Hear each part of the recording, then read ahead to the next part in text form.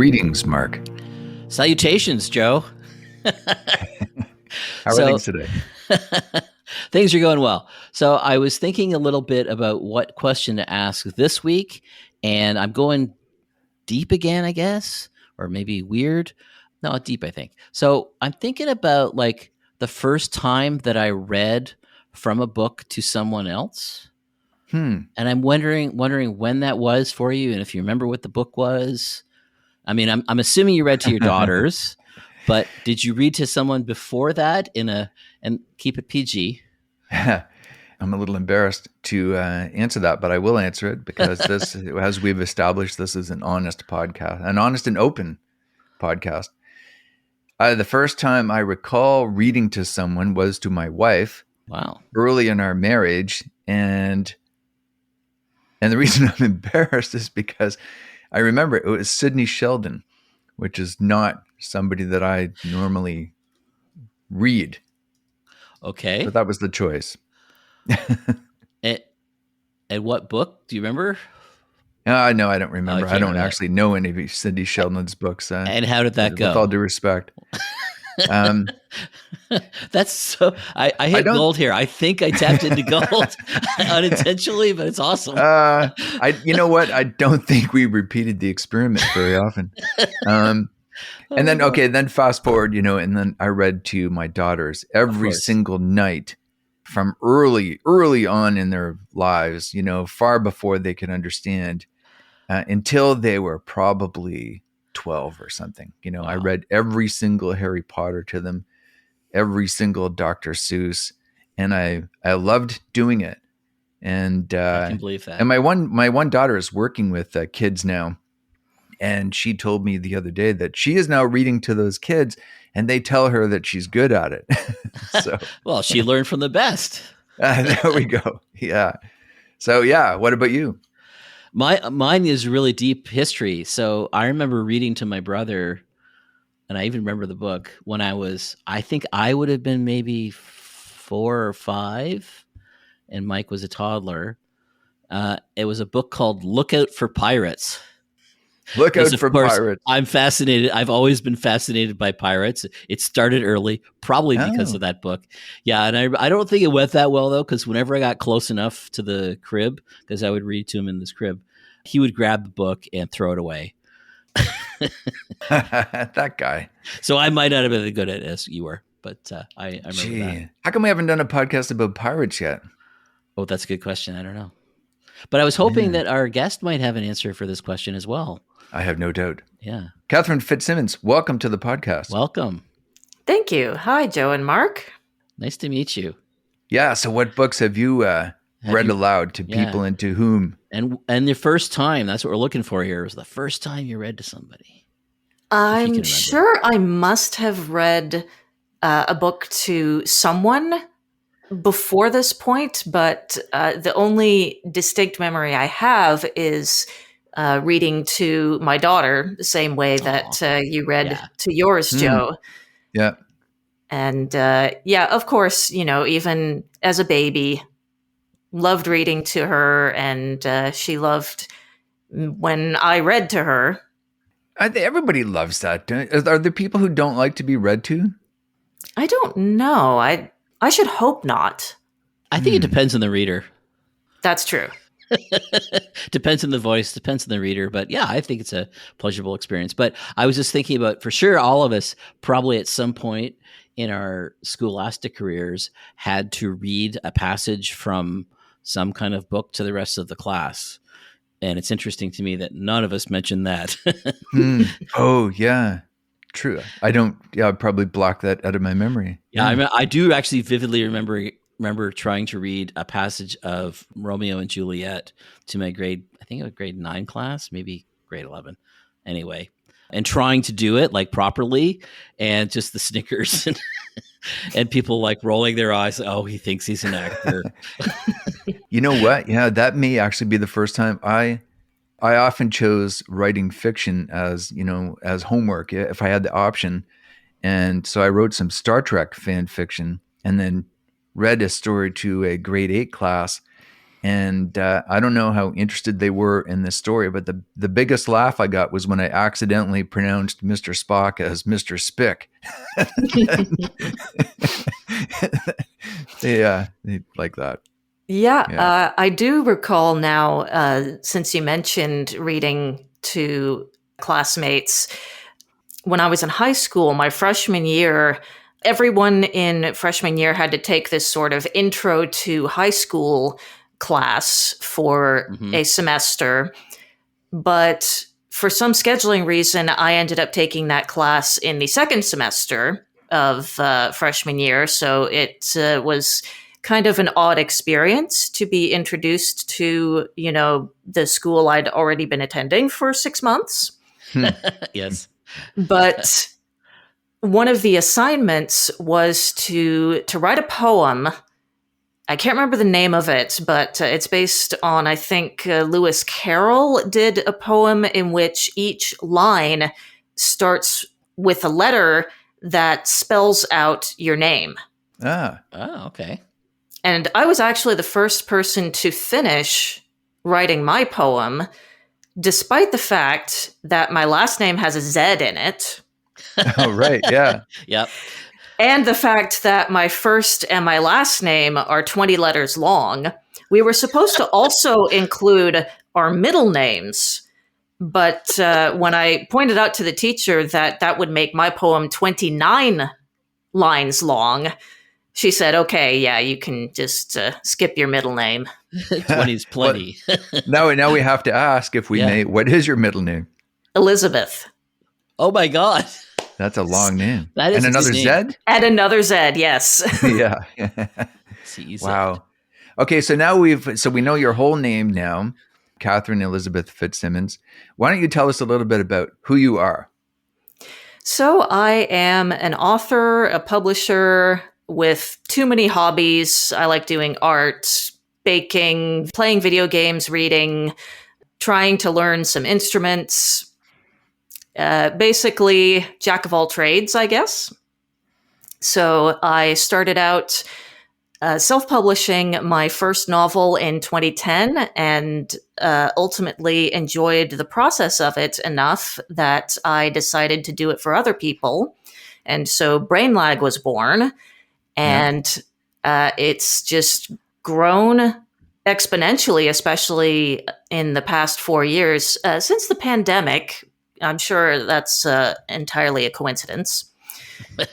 And we just released our 50th book. Congratulations. Wow. Congrats. Yeah. Thank you. That's impressive. So how many books have you yourself written and published? I have written 6. So I've released 6 so far. So I have a complete fantasy trilogy. I have 2 standalone novels, a cyberpunk action adventure, and a young adult fantasy. And I also wrote a chapter book. So for kids age 6 to 9-ish. Ah. Oh, cool. Are they all, the chapter book is science fiction and fantasy too? It is. It's about a girl who lives on a space station. Oh, fun. And she finds an alien that she wants to keep as a pet. What's that book called? It's called A Jewel on Sapphire. Ooh, A Jewel on Sapphire. Great name. I like it.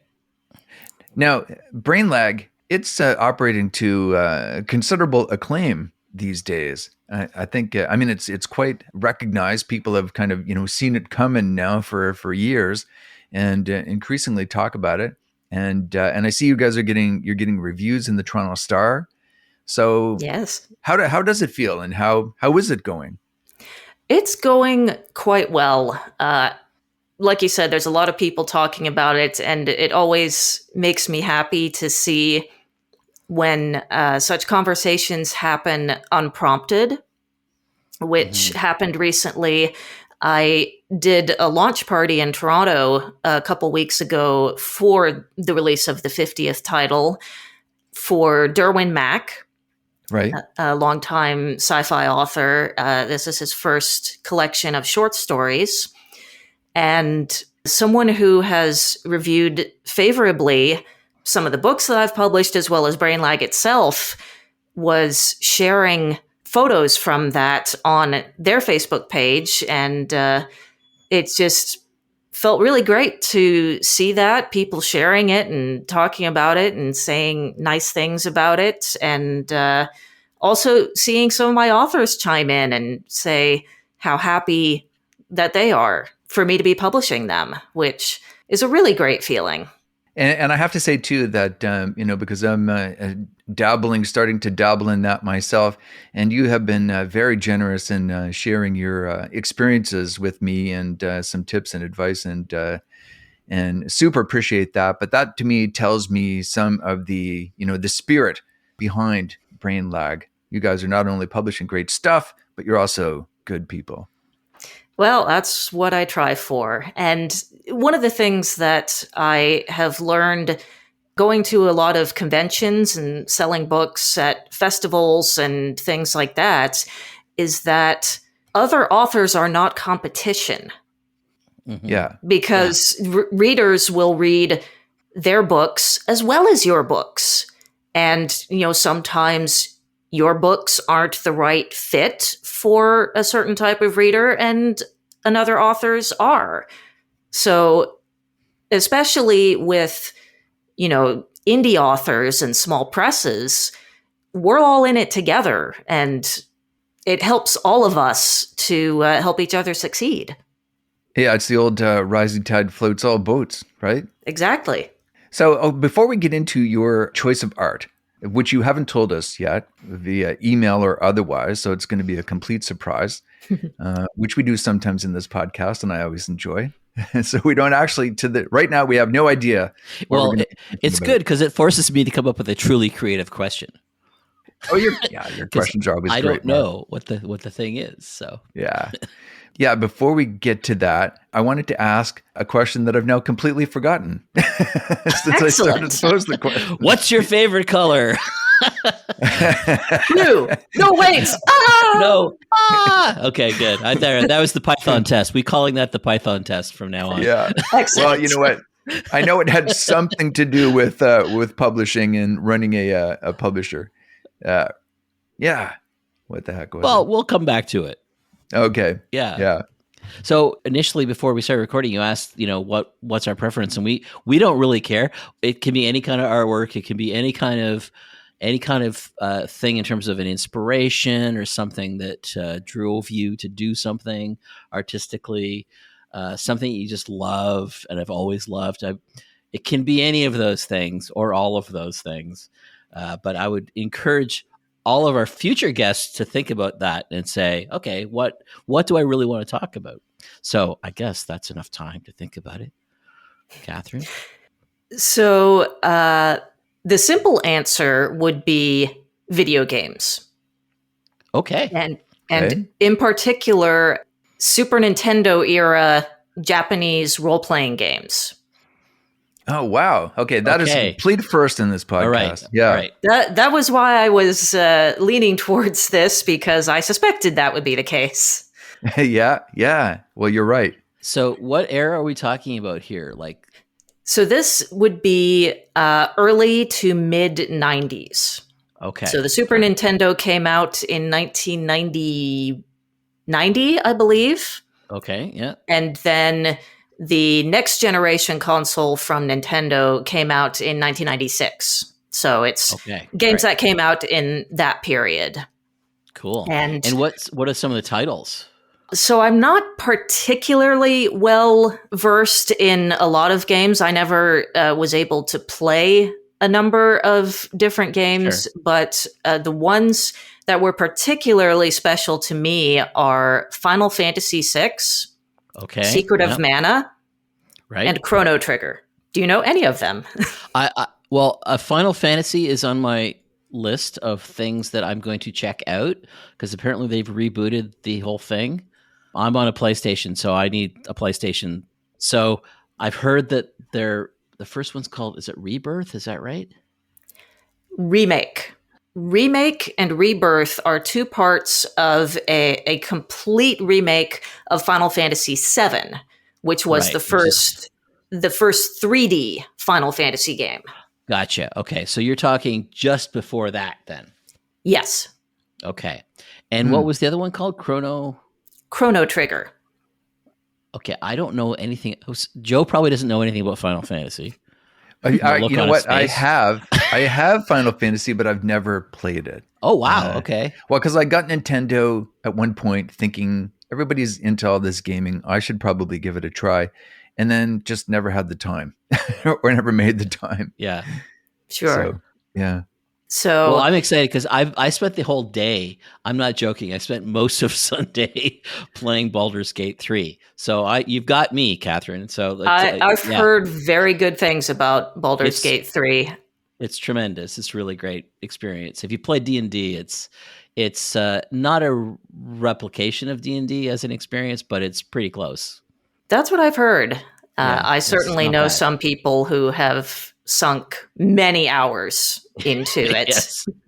Yes. So what was the Chrono Trigger? Chrono Trigger. What was that game about? Time travel. Oh, cool. So it comes up again. I know, it's always coming up in this podcast. Yeah. It's weird. So the main characters are from 1000 AD in their world. Even though it's not Earth, they refer to the years as AD and BC. Okay, yeah. It's a very 90s Japanese thing. Right, yeah. But the main characters are from 1000 AD. They end up accidentally warped to 400 years before that. And then as the story unfolds, they meet a character who accidentally erases themselves from the timeline. So they have to fix that.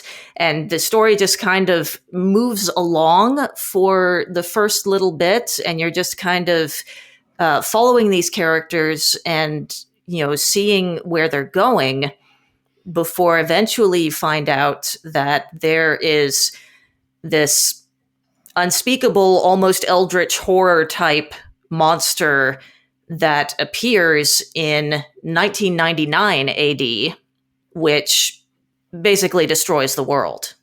You visit a period 300 years later, and the world's still a ruin. So it's all about learning how to stop this creature. And there's a whole lot more going on as well. There's several playable characters that all have their own very interesting stories and motivations. And my personal favorite character is actually one of the bigger villains in the game. But spoiler alert, there is a way that you can add this character to your team later on. Okay. The way it was done in the game was very natural for the character, which was what really struck me about it. So this game and the other games that you mentioned were games that you were playing on Nintendo in the 90s. Yes. And how do they hold up today? It varies. Final Fantasy VI, I think, may have aged the most, just in terms of the type of storytelling.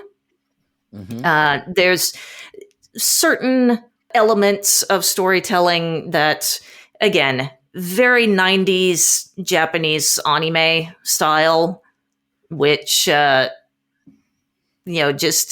kind of comes across a little weird. And it's the type of thing that has been addressed to mixed results with the Final Fantasy VII remake.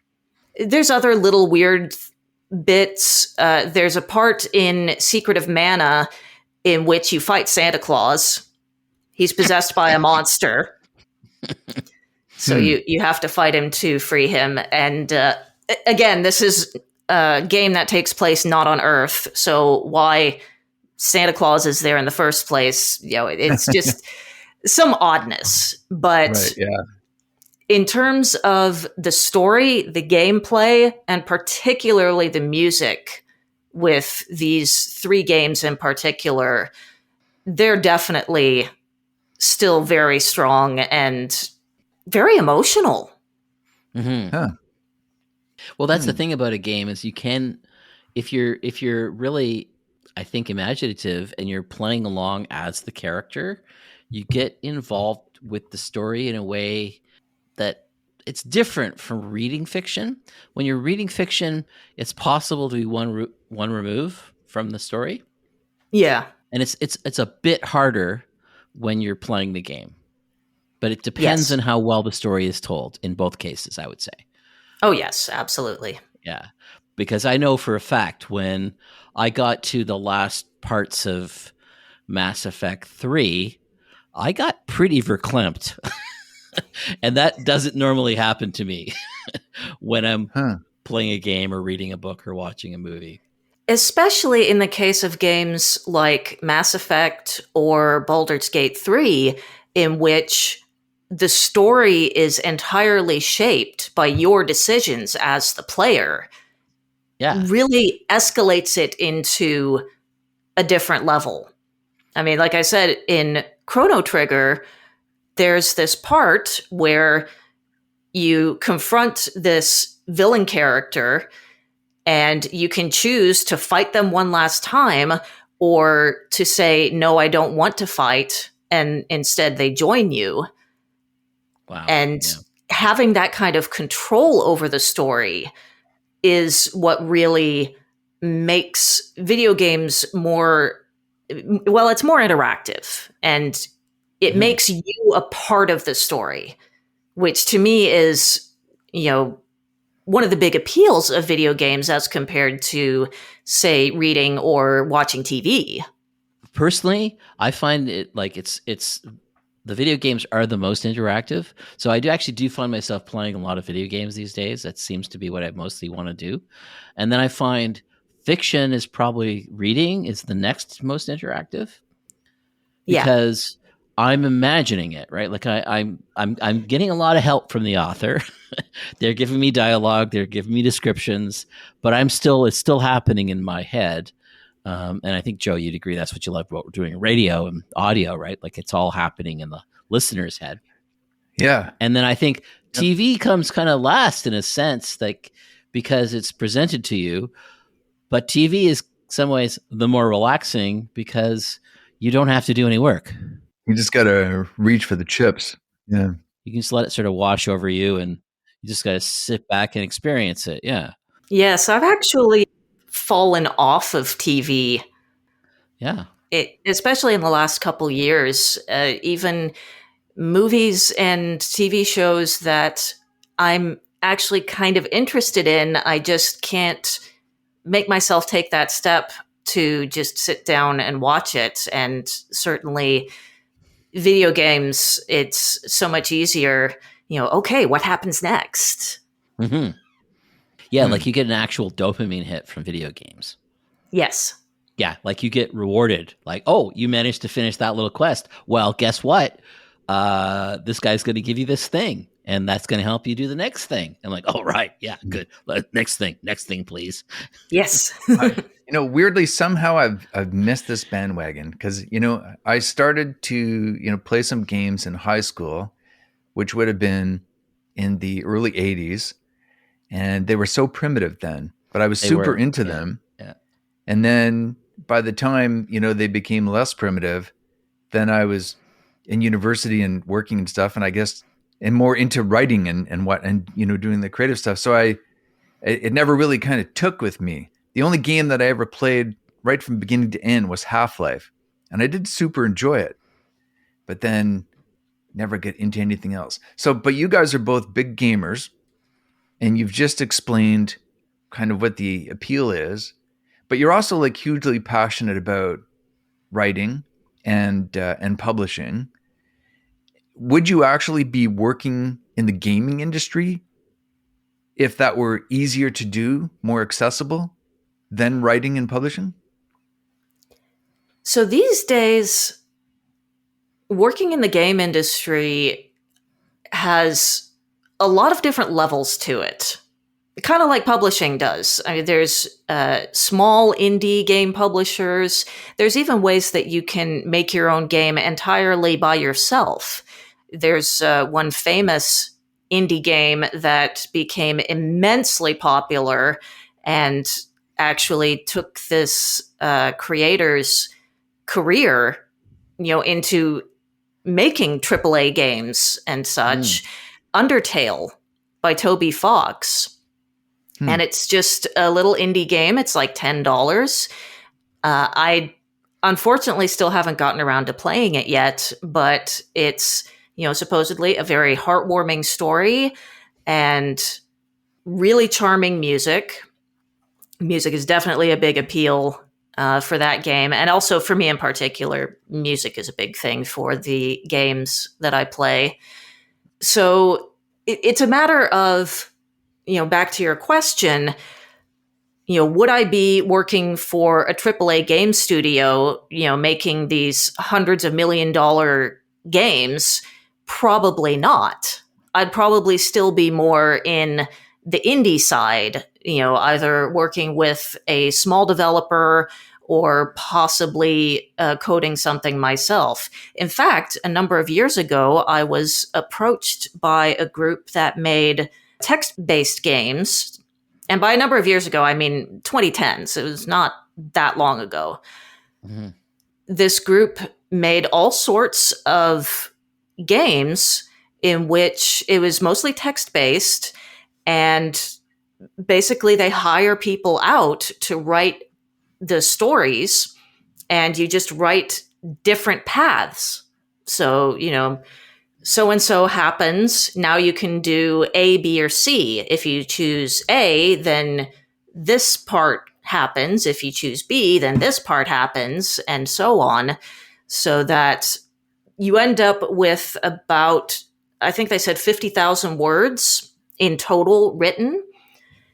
But I mean, that's the type of thing that anyone can do, really. It's basically like writing a choose your own adventure book, but hopefully better. Right. Yeah. Well, it has all the problems of writing a novel. And I'm thinking big now, because I'm thinking in terms of like games like The Last of Us, for example, which is a beautiful game and the story is fabulous, but there's some things that are dumb in the game. And if you play the game and then watch the first season, I would argue that the producers of the TV show actually fixed some of the story problems that were in the game itself. Well, it's kind of like another draft, isn't it? It really is, yeah. And they're like, well, this doesn't, and part of it's because of the difference between a game and a TV show, right? Like part of a game is the dopamine part of the game, which is like, you got to figure out how to do stuff. And you've got to, master certain things before you can get on to the next thing. And that's part of what happens in a video game. And that's going to be really boring to watch in a TV show. I mean, you don't want to watch Joel making shivs. That's not going to be interesting when he's like, oh, no, wait a minute. I got to look around for stuff so I can make a shiv. Like, no. Seriously, I need more shivs. I got a shiv deficit. So like they're just different art forms in some ways, but some of the storytelling elements are the same. And I think that's where the video games are kind of cooler in a way because of the mix of dopamine stuff that's happening, but also the fact that the person who's engaging with the media gets to decide what happens with the game. Now, sometimes the decisions are meaningless, and a lot of criticisms of video games are that, but that's just a scale problem at this stage, because right now it's really impossible to sort of have anything happen, because we can't do that. But that might get fixed in the future. So I don't know. I would, if I get asked to write on a video game, I'd be really excited about it. I would love to do it. I like being an author though, so there's the one problem I think is I would just be part of a big team if I was working on a video game. Yes, not a team player. Well, no, I can be a team player, but no, I know you are. I have a vision of things, and I don't mind serving someone else's vision. So I guess it would just depend on the leader and what their vision was. Yeah. It's a different art form, I think, in a big way. It is. And I think it would also depend on what exactly your role is in it. Like, are you working with a team of writers, like on a TV show, bouncing ideas back and forth to, gradually create the script that is best for that episode? Or would you be the primary writer, or possibly the only writer if you're working on a smaller game? And in that case, you get to focus on the story and such, and then let other people with other experience handle those things that, you may not have much experience with yourself, like, designing the levels, doing the music and all of that. Yeah. Or are they all interconnected? That's the thing that would excite me about working on a game, because I imagine there's probably some cool stuff that happens when a programmer says, we figured out a way that we could do this new thing where, like, you don't have to give them 6 choices. They can type in their own answer to the question, and then we could go with that. I'm like, well, how does that work from a storytelling perspective? Oh, well, here's how we do that. That's kind of a cool idea, and that would be interesting to work with as a writer. Absolutely. But I don't know that it would be the same satisfaction as having a specific story that you wanted to tell, which is really what we do as novelists and short story writers. And really, if you're writing a screenplay, it's the same thing, or a stage play, it's the same thing. You've got a specific story you want to tell, and you tell it in that way. It's a different game. Sorry, pun intended. It's a different sort of thing you're doing, right? You're doing a different thing. It's the same skill sets. So that could be fun to use your skill set in a different way. Absolutely. I just wanted to share a similar experience, especially as an author, who mainly, when I get down to it and work on writing, it's just me. Everything's coming from me. Any feedback that I get, I may or may not agree with. I may or may not think it's appropriate for the story. Ultimately, what I do with that feedback, again, is up to me. So I found it particularly interesting several months ago.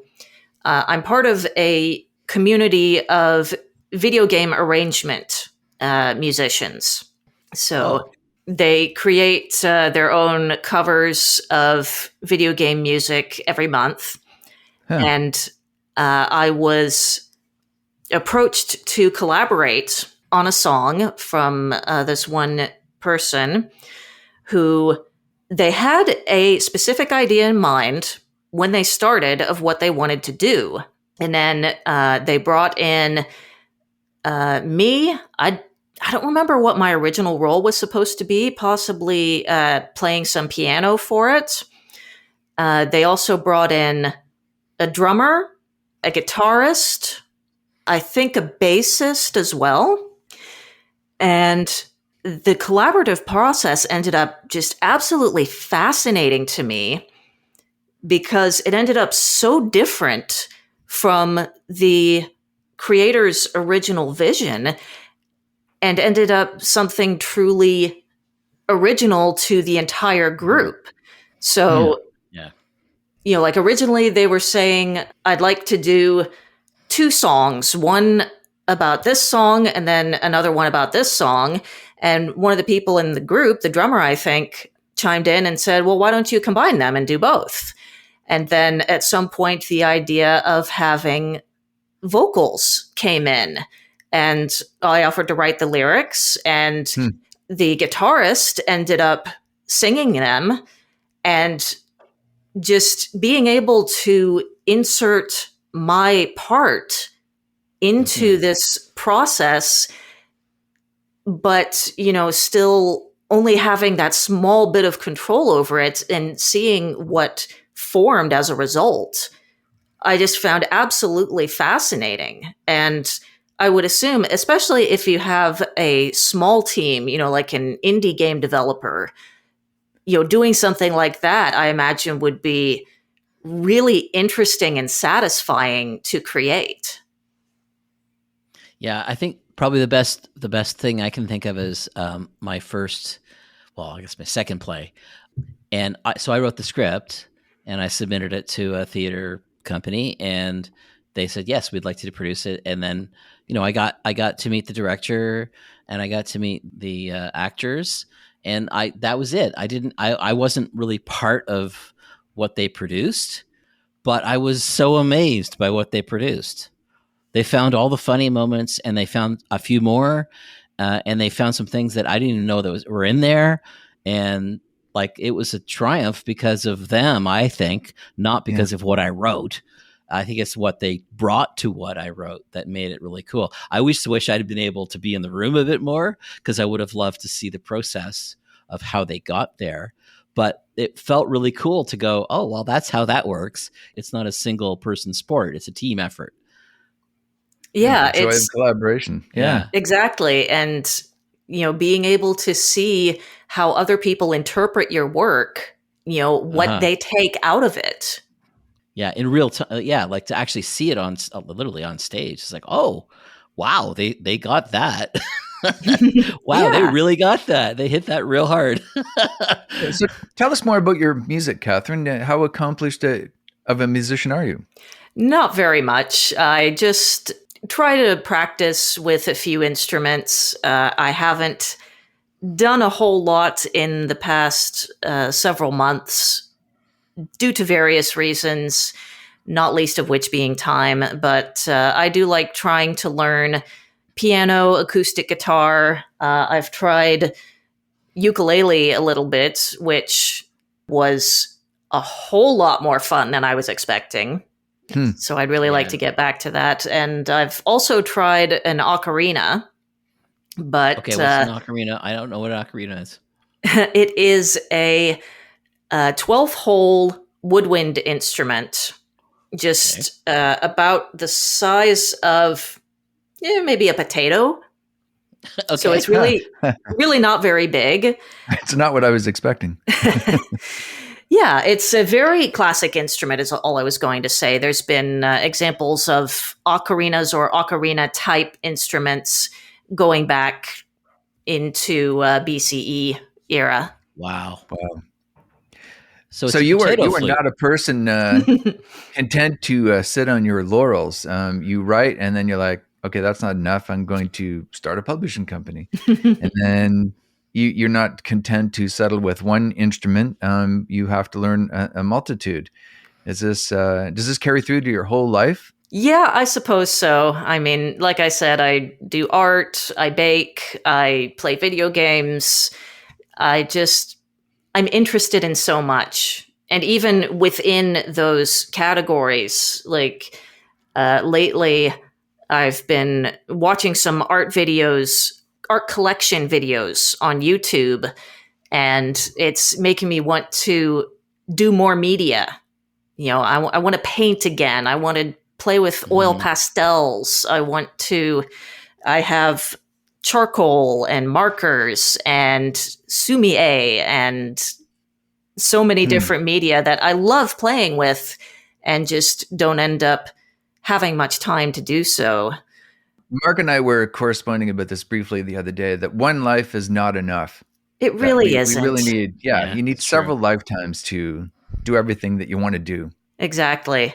And this is why I am adamant that I am not going to learn how to knit or sew or anything like that. I got to put my foot down somewhere. I've already got, closets full of various types of art supplies, baking supplies. Okay, I have to ask a question, and it is one of those questions that Mark in the past has labeled a horrible question. So this means it's a really good question for translation. Okay, but a tough personal question. Well, it's a devil's advocate kind of question. Yeah.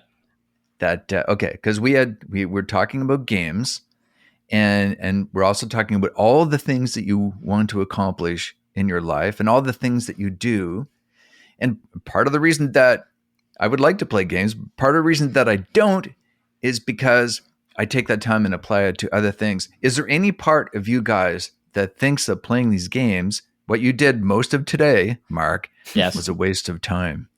100%. In fact, I will tell you a story about that. So for a while there, I had games on my computer. And actually, that was the primary way that I played games. And one of my favorite games was this little thing called Civilization. Right. Which is a turn-based history strategy game. I prefer to call it digital crack because it does the dopamine thing perfectly, because it's like, oh, look, you've discovered pottery. Let's see what new technological pathways that opens up and what cultural things come out of learning pottery. And it's like, oh, well, I can build the pyramids now. So let's build the pyramids. And that gets you this thing. And then like, it's impossible to turn off if you want to see how those pathways emerge. So I'm not joking when I say for sure the game Civilization, and I'm going to say Civilization 1 and 2, because I took the games off my computer after that, ate up at least one novel. Wow. The time that I spent playing that game, I could have written another novel. On the other hand, I really enjoyed playing the game a lot. And was it a waste of time? I don't think so, because I did learn some things. A lot of things I already knew, but I did learn some things, and it did help me in some ways. But yeah. Okay, Catherine, what about you? So partly it depends on the type of game. The games that I most enjoy are story-based. Right now, I'm making my way through a series of games called Kingdom Hearts, which I have 10 games in the series. These games have been particularly interesting to me because, unlike a lot of the other games I've played, the story is ongoing and it builds off the previous game. So I'm finding that particularly interesting. And that's the main draw for me with a lot of these video games is I'm there for the story. I love stories. I love however they're told, whether it's through a book, through music, through a game, whatever. So in that case, absolutely not, because it's just adding more stories to my knowledge, my well to draw from for my own creativity. On the other hand, I recently picked up a mobile game on my phone that I had dropped a few years ago, and it's just a dumb little match 3 game, but it just happens to hit all of those dopamine factors for me.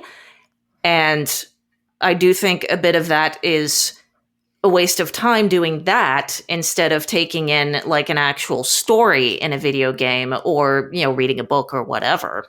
Yeah. But on the other hand, we are not machines. And we're allowed to rest, and we're allowed to just veg out. And play. Yeah, yes. Exactly. And that's in defense of myself. That's what I was doing today. It's like, this was my day off. I got to just veg out. Yeah. And to back up your point, Catherine, I also think that the story-based games are the ones that are worthwhile, because that's what I play now. I don't play Civilization anymore. I don't play those kinds of turn-based strategy games. So I'm more interested in like the story, and it's a more interactive way to veg out. It's slightly better than TV, I would say. Yes. So 2 things I will say about that, because I was just playing devil's advocate. I'm not judging you It guys. was a horrible question. Yeah, I'm not judging you guys. Horrible. But the part of the reason that I don't tend to play those games is because I get annoyed by the problem solving. I'm like, I just want the story. I don't want to solve your stupid problem. Just tell me the damn story. Just play on easy mode. That's fair. Yeah. That's what I do. So but I did enjoy Half-Life. But then the other thing I will say is that I do believe that time enjoyed is time well spent. Fully agreed. Totally agree. Yeah. Yep. Yeah. And I remembered my question from earlier in the podcast. I knew you would. Excellent. See, you just got to let it go. Yeah, got to let it go and it'll come back to you. So about brain lag, what kind of books do you publish and what kind of books and stories are you currently looking for? Broadly, I publish science fiction and fantasy, almost everything under the speculative fiction umbrella. I'm personally not that big on horror, but I've still had some submissions to that effect that have surprised me. Joe, I'm sure you're familiar with Hugh Spencer's work. Oh, yes, very familiar. Yeah. Extreme Dentistry was my first outside submission. Which I read and enjoyed. And it was... And better yet, purchased. There you go. And not at all what I would have expected to publish, but I mean, that's Hugh for you. Very unexpected and able to reach people that you wouldn't think about. Yeah. But I like classic stories. I like genre bending stories. As I said, I like stories. So I have ended up discovering a lot of very different stories. I have some that are closer to literary than they are to spec fic. I've published short story collections. I've published short books and thick tomes. Comedy, post-apocalyptic. It's really surprised and delighted me the diversity of stories that I've gotten through Brain Lag. So in terms of what I'm looking for, I will say that Brain Lag is still currently closed to submissions. Due to health issues, I had to put off reopening them last summer, which I had intended to do, but I hope when I start getting caught up on things that maybe this summer I can open submissions again. But in the end, I'm just looking for a good story with some part of magic or space travel or something to it, you know. Yeah, a little speculative, a little something. Yes. Yeah. The submission pub, when it is open, that must be a lot of work. It can be, but I've gotten enough submissions to be able to tell fairly early on if a story at least has promise. And that was one of the things that I really wanted to do with Brain Lag, is because I know there's a lot of budding authors out there who have a lot of talent and just need a little more help developing it. And so if I really believe in a project, even if it's not quite at publishable stage, I want to be able to say, yes, I can publish this. It just needs a little bit more work. And that must be very rewarding. It really is. I love being able to see the book reach its best self. That's what we all want, right? Yeah, that's cool. That's great. Yeah. And probably an excellent note to end on. Unless, Mark, you have any further? I don't have any other questions, but I love meeting you, Catherine. This was really fun. Yeah, it was a great conversation. And Thanks. we finally got to talk about video games. I was surprised at how long it took us to get to video games. You're just going to have to bring it up yourself next time. I guess so, yeah. Yeah. Catherine Fitzsimmons, thank you very much for being on our podcast, Recreative. And thank you very much for having me, Joe and Mark.